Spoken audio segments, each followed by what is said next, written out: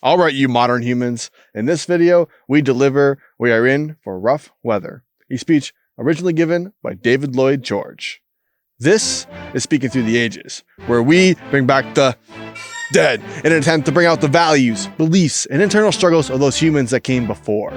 We give context to and deliver historical speeches that motivated people to kill, riot, make salt, and sign papers.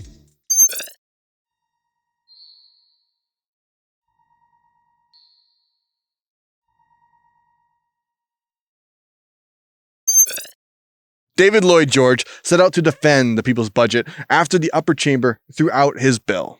He campaigned hard, giving his first speech in July 1909 at Edinburgh Castle, Limehouse, London. He spoke again at Newcastle and again at Wolverhampton, each time drilling the dukes, landlords, and non-elected officials, each time attacking the hereditary garbage. Lloyd George exclaimed, "The question will be asked, should 500 men, ordinary men chosen accidentally from among the unemployed, override the judgment, the deliberate judgment of millions of people who are engaged in the industry which makes the wealth of the country?" Now, on December 9th, 1909, in Carnarvon, Wales, he concluded his speech series with an inspirational case for reforming, a speech we are going to deliver right now.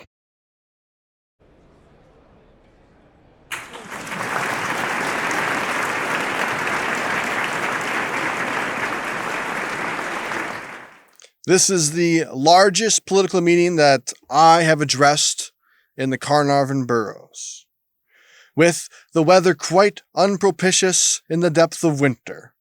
Here we have this huge crowd, I'm told 10,000 people, drawn from all parts of the country. We are here to consider the gravest political crisis that has ever arisen either in your day or mine. It is not due to one event, but to a series of events.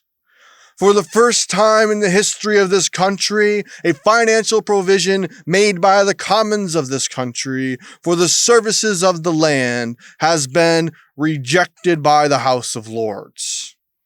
That in itself is enough to create a grave situation, but the rejection of the budget is simply the culmination of a series of similar acts on the part of the same assembly. What has happened not merely during the present parliament, but during every parliament, at any rate for a century, liberal measures, undoubtedly demanded by the vast majority of the people, put forward by men elected by a majority of the people, after careful considerations by the representatives of all the people, one after the other are either rejected or mutilated by the House, with no responsibility to anyone, not elected by anyone.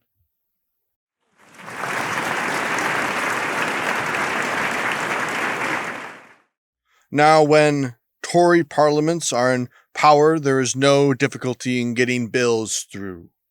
Measure after measure, never demanded by the electorate, with every indication that the majority of the people were opposed to those particular measures, are passed without question, without challenge, without demur, and almost without consideration. Why is this? They say, "You have set up an impartial judicial tribunal which weighs in the balance every measure submitted to it, and if they find it wanting, they reject it. If the measure is not up to a high standard, they reject it." What would you say to an inspector of weights and measures who, when examining the measures and weights submitted to him by the tradesman in his district, passed them as correct, and without question, if the tradesman happened to be his friend, but if the tradesman happened to be his enemy, either condemned the weights and measures or added some baser metal to bring them up to his own peculiar standard? This is making a mockery of democracy. It is making progress impossible. The Lords will succeed in accomplishing their objective unless we put an end once and for all to their mischievous work The Liberals have shown unutterable patience for years. This is the time for us to strike, and we have done it. They have thrown out the finance bill. It is a most serious act, I think, on the part of the House of Lords to dislocate the finances of the year. They have done it because they say that it is an unprecedented bill. Well, of course, every new bill is unprecedented. Every new bill is an unprecedented one. There would be no need of a bill at all unless it was different from every bill introduced and carried.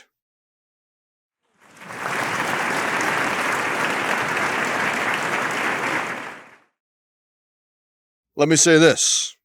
It is not the men who earn their wealth that grumble. I know many of them. I never heard one of them complain that he was called upon to pay. Never one of them. Every one of them has told me he thought it a fair and reasonable thing. It is men who never earned a copper of their wealth that complain. But they say, what we object to is not paying, but letting the income tax commissioner know how much we have to pay upon. Of course they do. Who would not be glad to avoid the income tax commissioner? It is wonderful what a difference it makes as to who asks the questions about our means. We generally like to give the impression that we are doing rather well. All of us, except to the income tax assessor. We're so modest to him. We are not doing very well. Trade is very bad, and it is getting worse. What these noble lords forget is that every tradesman in the land has to make an account. Professional men have to make an account. Why should they not?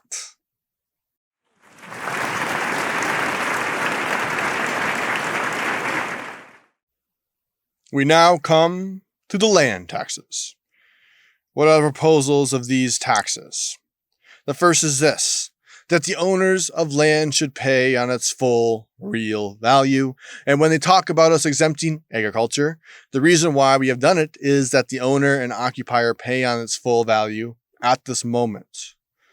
You come to land in the neighborhood of a town, and very rarely can you get land even upon a 10th part of its value. There's no justice in it. There's no fairness in it. And you must remember this, that the value of land in the neighborhood of a town has been created by the industrial growth and energies of the efforts of the inhabitants of the town themselves.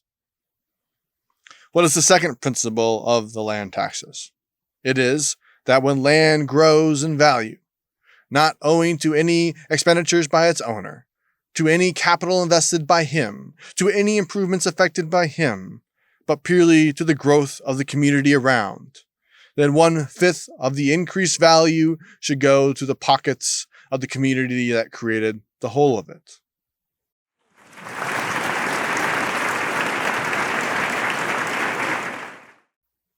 What is the third tax? We have in this part of the country the leasehold system, which is a truly vicious system. What happens when a man takes a piece of land to build upon it? It may be land for which at the time the owner may be only getting a few shillings. A man builds upon it, and the rent immediately goes up by leaps and bounds to as much as 4, 5, 10, 50 times. And sometimes I can give you cases 100 times the previous value of the land, solely because he has built a home for himself upon it. He gets a lease for 60, 70, or 80 years. Year by year, the value of the land and the house passes out of the hands of the man who built it, who sweated for it, who raised money for it, into the hands of the man who never spent a penny in erecting the house. What do we say? We say the country has need of money, and we are looking out for somebody to tax. And we do not want to tax food. We will tax no man's raiment. We will tax not the house, not the shelter that he lives in. What shall we tax? We do not want to tax industry. We do not want to tax enterprise. We do not want to tax commerce. What shall we tax? We will tax the man who is getting something that he never earned, that he never produced, and that by no law of justice and fairness ought ever to belong to him. So when that lease expires and the landlord comes in and seizes that house, he has to give 10% to the community who built it. Well, they say that 10% is robbery. I don't know what name they would give 50%. But the landlord takes 100%. We only take 10.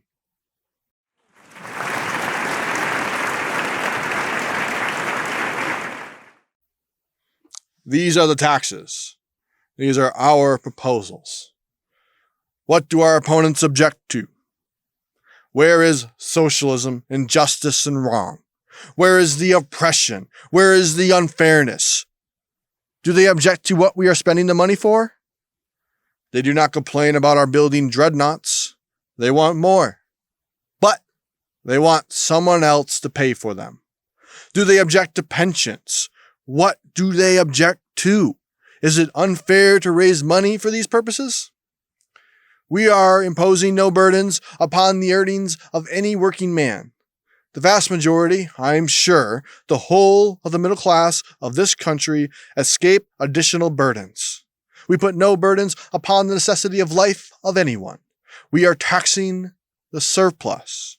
We are taxing the luxuries. If a man has enough after maintaining his wife and family, and can spare something upon whiskey and tobacco, why should he not afterwards contribute toward pensions, to the pensions and defense of the country? No, we are raising money by means that make it no more difficult for men to live. We are raising money for making provisions for hundreds of thousands of workmen in the country who have nothing between them and starvation in old age except the charity of the parish. We propose a great scheme in order to set up a fund in this country that will see that no man suffers hunger in the dark days of sickness, breakdown in health, and unemployment which visits so many of us. That is what we are going to do. These schemes for the betterment of the people we shall get someday. We cannot get them without effort, and they will not be worth getting without effort. Freedom does not descend like manna from heaven. It has been won step by step, by tramping the wilderness, fighting enemies, crossing Jordan, and clearing Jebusites out of the land. I do not regret that we cannot obtain these blessings except by fighting. The common people have taken no step that was worth taking without effort, sacrifice, and suffering.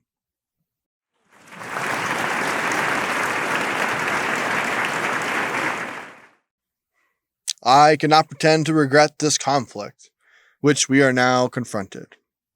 It is well that democracy should now and again engage in these great struggles for a wider freedom and a higher life. They represent stages in the advance of the people from the bondage of the past to the blessings of the future. Those who dread these political convulsions, who apprehend from them nothing but destruction and danger, have read their history in vain. The race has nothing to fear except from stagnation. Against our will, we have been precipitated into this tumult. For all that, we mean to win our way through it to a better time. The people may not secure all they seek, but if they bear themselves manfully, they will achieve other ends they dare not even hope for now. Yesterday, I visited the old village where I was brought up. I wandered through the woods familiar to my boyhood. There I saw a child gathering sticks for firewood and I thought of the hours which I spent in the same pleasant and profitable occupation. For I also have been something of a backwoodsman, and there was one experience that taught me then which is of some profit to me today. I learnt as a child that it was little use going into the woods after a period of calm and fine weather, for I generally returned empty-handed. But after a great storm, I always came back with an armful. We are in for rough weather. We may even be in for a winter of storms which will rock the forest, break many a withered branch, and leave many a rotten tree torn up by the roots. But when the weather clears, you may depend upon it that there will be something brought within reach of the people that will give warmth and glow to their gray lives, something that will help to dispel the hunger, the despair, the oppression, and the wrong which now chills so many of their hearts.